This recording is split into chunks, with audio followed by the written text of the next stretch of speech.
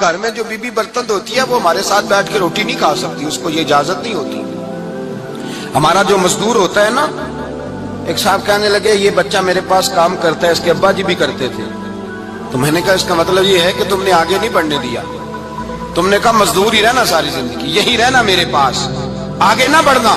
میرے مصطفیٰ کریم سید عالم صلی اللہ علیہ وسلم کے پاس جو لوگ کام کرتے تھے، محنت کرتے تھے، مشقت کرتے تھے، ہمارا ملازم ڈرتا ہے، کامتا ہے، وہ بات کرتا ہے تو صاحب جی کہتے کہتے زبان تھکتی ہے، 100 دفعہ موڈ کو دیکھتا ہے، گالیاں کھاتا ہے بیچارہ، اس کی عزت نفس کو اچھالا جاتا ہے، اس کو رسوا کیا جاتا ہے، اور وہ بیچارہ رات کو رضائی میں منہ دے کے روتا ہے کہ یار میرے نصیب صرف اس لیے کمزور ہیں کہ میں غریب کے گھر میں پیدا ہوا ہوں۔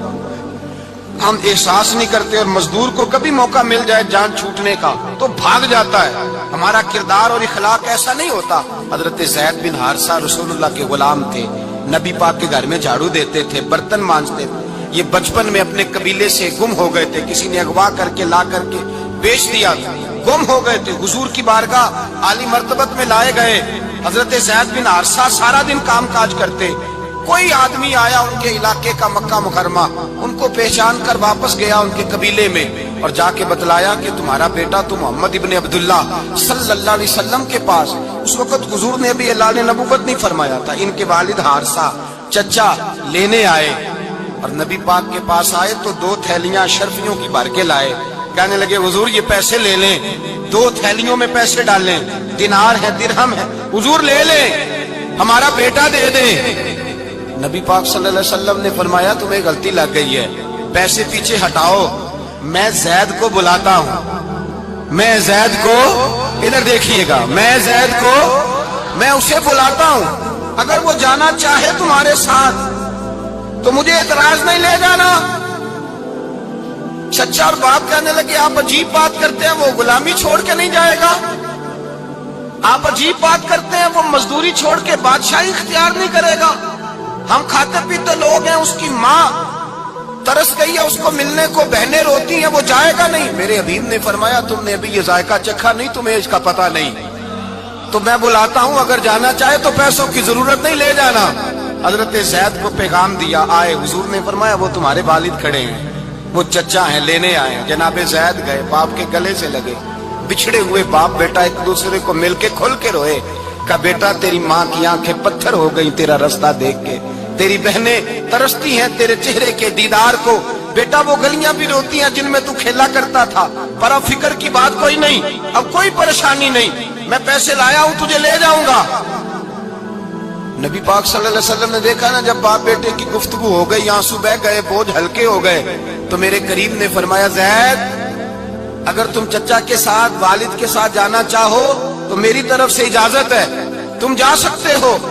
یہ لفظ کہے تو جناب زید دوڑ کے حضور کے قدموں میں آ کے بیٹھ گئے، حضور کے قدموں میں بیٹھ گئے، اور گویا فاضل بریلوی علیہ رحمہ نقشہ بیان کرتے ہیں، کہنے لگے تیرے قدموں میں رہوں غیر کی ٹھوکر پہ نہ ڈال، میں جھڑکیاں کھاؤں کہاں چھوڑ کے صدقہ تیرا، اور تیرے قدموں میں جو ہے غیر کا منہ کیا دیکھے، کون نظروں پہ چڑھے دیکھ کے تلوا تیرا۔ کہنے لگے حضور میں نے نہیں جانا، میں یہیں رہوں گا۔ چچا اور باپ نے دیکھا تو کہنے لگے بیٹا تو غلامی چھوڑ کے نہیں جائے گا، تو ملازمت چھوڑ کے بادشاہی میں نہیں جائے گا۔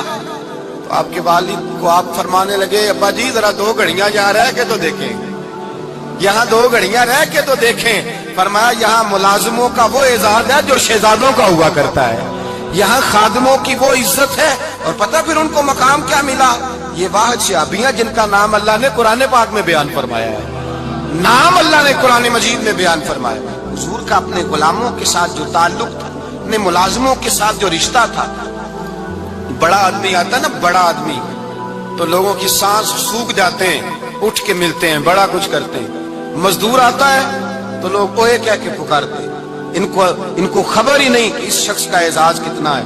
حضرت انس بن مالک رضی اللہ تعالیٰ عنہ فرماتے ہیں میں چھوٹا سا تھا، میری اماں مجھے حضور کے گھر چھوڑ گئی، میں نے 10 سال نوکری کی نبی پاک کی۔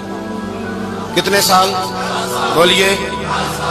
12ویں دن لوگ کہتے ہیں بس بھائی ختم ہو گیا، اب فرینکنس ہو گئی ہے، اب جو مرضی تیرے ساتھ کریں گے۔ 10 سال نوکری کی میں نے، لیکن جناب انس فرماتے ہیں نبی پاک نے کبھی مجھے اف تک بھی نہیں کہا تھا، اف تک بھی نہیں کہا تھا، اف تک بھی۔ حضور نے بھیجا جاؤ فلاں آدمی کو بلا کر کے لاؤ۔ حضرت انس بن مالک رضی اللہ تعالیٰ عنہ فرماتے میں بلانے گیا، بچہ تھا چھوٹا سا، رستے میں بچے کھیل رہے تھے تو میں ان کے ساتھ کھیلنے لگا، محو ہو گیا، مجھے پتہ ہی نہ چلا وقت کا۔ حضور نے جب مجھے بھیجا تو فرمایا جلدی جانا اور جلدی آنا۔ اب مجھے خبر ہی نہیں، بڑی دیر ہو گئی۔ حضور وہاں انتظار کر کر کے خود تشریف لائے۔ کہتے جب نبی پاک آئے تو میں بچوں کے ساتھ کھیل رہا تھا۔ حضور نے جب مجھے کھیلتے ہوئے دیکھا، میری اچانک نظر پڑی تو میرے ہوش اڑ گئے۔ حضور نے تو کہا تھا جلدی آنا، اور میں یہاں کھیلنے لگا، یہاں اتنا الجھا کہ مجھے خیال نہیں رہا کس کام آیا ہوں۔ حضرت انس فرماتے میں ڈرنے لگا، جیسے جیسے حضور قریب آتے میری ٹانگیں کانپتی۔ فرماتے ہیں جب نبی پاک قریب آئے تو قربان جاؤں معصوم آمنہ کے، فرماتے ہیں حضور نے میری گردن پہ تھپکی دی اور حضور نے ہنس کے فرمایا او بھائی لگتا ہے تو کھیل میں گم ہوا ہے تو تجھے یاد ہی نہیں رہا میں نے کس کام بھیجا تھا، تجھے یاد ہی نہیں رہا۔ کہا یا رسول اللہ صلی اللہ علیہ وسلم میں بھول گیا تھا، میں ابھی جاتا ہوں۔ کیا انداز ہے، کیا شفقت ہے، کیا رنگ ہے۔ حضور میں ابھی گیا اور ابھی آیا۔ نبی پاک نے فرمایا نہیں یار تو کھیل میں خود ہی چلا جاتا، تو کھیل یہاں میں خود جاتا۔ یہ اعزاز، یہ فضیلت، یہ درجہ کس نے ذروں کو اٹھایا اور صحرا کر دیا، یہ کس نے قطروں کو ملایا اور دریا کر دیا، یہ کس کی حکمت نے یتیموں کو کیا در یتیم اور غلاموں کو دنیا بھر کا مولا کر دیا، یہ کس نے اتنا۔ میرے بھائی مزدور کو حضور نے اعزاز دیا۔ نبی پاک اپنے ہاتھ سے کام کرنے والے کے ساتھ اس نے سلوک کرتے، محبت کرتے، پیار کرتے۔ ایک بوڑھی اماں تھی جو مسجد میں جھاڑو دینے کی مزدوری کرتی تھی۔ کیا کام کرتی تھی؟ دعا کریں اللہ ہم سب کو مسجد کی صفائی کی توفیق عطا فرمائے۔ بوڑھی اماں تھی، مسجد کی صفائی کرتی تھی، نوکری کرتی تھی، بیمار ہو گئی۔ بخاری شریف میں موجود ہے اللہ کے محبوب صلی اللہ علیہ وسلم روز تیمارداری کرنے جاتے۔ ایک وقت ایسا آیا کہ دن میں 2 مرتبہ حضور تیمارداری کرنے جاتے۔ ایک شام نبی پاک نے فرمایا اس کا انتقال ہو جائے تو مجھے اطلاع کرنا۔ صحابہ کہتے ہیں رات کے وقت ان کا انتقال ہوا، ٹھنڈ کا موسم تھا، ہم نے حضور کو تکلیف دینا مناسب نہ سمجھا، ہم نے دفن کر دیا۔ سویرے اللہ کے حبیب نے پوچھا تم نے مجھے اطلاع کیوں نہیں دی؟ حضور سردی بڑی تھی۔ کون جاتا ہے مزدوروں کے جنازوں میں؟ کون جاتا ہے مزدوروں کے جنازے میں؟ یہاں تو اب جنازے بھی سیاسی ہو گئے ہیں، اب تو کوئی بہت بڑا امیر آدمی فوت ہو جائے تو وہاں رش ہوتا ہے، وہاں رش ہوتا ہے، غریبوں کا تو جنازہ بھی کوئی نہیں پڑتا۔ حضرت جناب سیدنا ابو ہریرہ رضی اللہ تعالیٰ عنہ فرماتے ہیں حضور نے فرمایا مجھے اطلاع کیوں نہیں دی؟ تمہیں اس کے اعزاز کا نہیں پتا؟ وہ مزدور تھی، مسجد میں جھاڑو دیتی تھی، تم نے خبر ہی نہیں دی؟ حضور وصال ہو گیا، فرمایا چلو مجھے بتاؤ قبر کہاں ہے؟ حضور سارا کچھ جانتے ہیں لیکن یہ ساری تمہید اس لیے بیان کی کہ ایک مزدور کی شان واضح ہو جائے۔ فرمایا بتاؤ قبر کہاں ہے؟ صحابہ کہتے ہیں ہم قبر پہ لے گئے تو میرے نبی نے فرمایا صفے بناؤ میں دوبارہ جنازہ پڑھاؤں گا۔ میں دوبارہ جنازہ نہیں ہو سکتا، اس وقت ہو سکتا ہے جب وارث نے نہ پڑھاؤ، پھر دوسرا جنازہ جائز ہے۔ وارث نہ پڑھے تو اس سے پہلے 20 جنازے بھی ہو جائیں تو جب وارث پڑھ لے پھر دوسرا جنازہ نہیں ہو سکتا۔ حضور نے دوسرا جنازہ اس لیے پڑھا ہے کہ حضور اپنی ساری امت کے وارث ہیں، نبی پاک ساری امت کے وارث ہیں۔ فرمایا پر بناؤ صفے میں جنازہ پڑھاتا ہوں۔ مزدور کو اعزاز دیا، پیار کیا۔ حضرت عبد الرحمن ابن عوف رضی اللہ تعالیٰ عنہ فرماتے ہیں ایک دن میرا دل کیا تھا کہ میں غریب ہو جاؤں۔ کیا ہو جاؤں؟ آپ اپنے لیے دعا نہ کریں لیکن حضرت عبد الرحمن ابن عوف کے الفاظ تو دہرائیں۔ وہ کیا کہہ رہے ہیں کہ میرا دل کرتا تھا میں اللہ، ایک دن میرا، بڑے امیر آدمی تھے نا، صحابہ میں سب سے زیادہ امیر، فرمانے لگے ایک دن میرا دل کیا میں غریب ہو جاؤں، غربت پسند کر لوں۔ اصل میں غریب کو اپنی شان کا نہیں نہ پتا، اسے جس دن پتہ چل گیا کہ میں غریب کی عظمت کتنی ہے، غریب ہر وقت اپنے آپ کو کوستا ہی رہتا ہے۔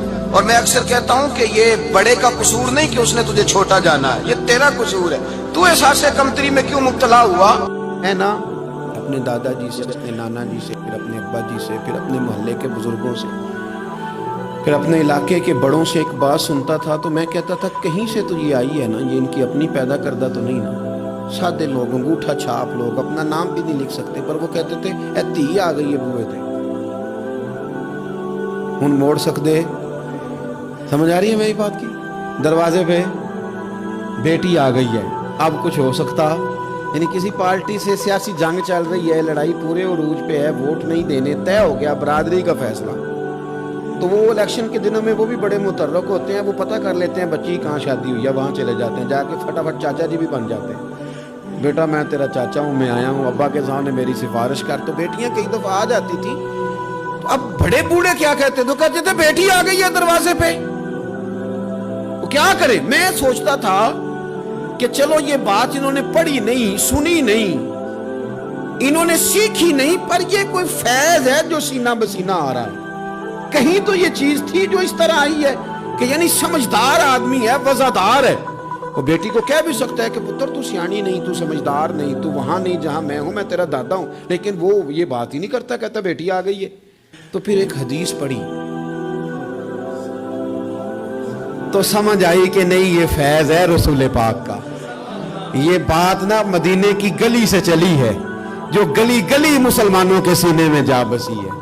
نبی پاک صلی اللہ تعالی وسلم کی چچا زاد بہن ہے حضرت ام ہانی, حضرت مولا علی شیر خدا رضی اللہ تعالیٰ عنہ کی سگی بہن, جن کے گھر سے حضور معراج کرنے گئے تھے. انہوں نے کلمہ فتح مکہ کے دن پڑھا ہے, جناب ام ہانی نے کلمہ فتح مکہ والے دن پڑھا ہے, لیکن ساری زندگی ان کے سامنے کوئی حضور کے خلاف معاذ اللہ بات نہیں کر سکا, کرنے نہیں دیتی تھی. لوگ کہتے تھے تو کلمہ نہیں پڑھتی, کہتے وہ میرا اور میرے نبی کا معاملہ ہے, پر تم حضور کے بارے میں بات کرو, میرے بھائی کے بارے میں تمہیں کرنے دیتی ہوں, سوال ہی نہیں پیدا ہوتا. ان کے شوہر بھی مسلمان نہیں ہوئے, فتح مکہ والے دن بھاگ گئے. ان کے رشتے میں کچھ دیور تھے سسرال کے رشتوں میں سے, وہ تو اتنے سخت کافر تھے, اسلام کے دشمن تھے, لیکن حضور جب فتح مکہ پہ گئے تو بڑے بڑے لوگوں نے دعوت دی, پر حضور ان کے گھر میں گئے, نفل بھی وہیں پڑے, روٹی بھی وہیں کھائی, وہاں رہے. حضور وہاں سے تشریف لے گئے ایک اور جگہ, تو اعلان ہوا کہ ان کے وہ جو دو دیور ہیں جناب ام ہانی رضی اللہ تعالیٰ عنہ, کہ ان کو نہ جہاں ملے مار دیا جائے. اب انہیں ڈھونڈ کون رہا ہے, مولا علی خود ڈھونڈ رہے ہیں, حالانکہ وہ رشتہ دار ہیں. حضرت علی نے تلوار پکڑی ہے, جہاں ملیں گے مار دوں گا.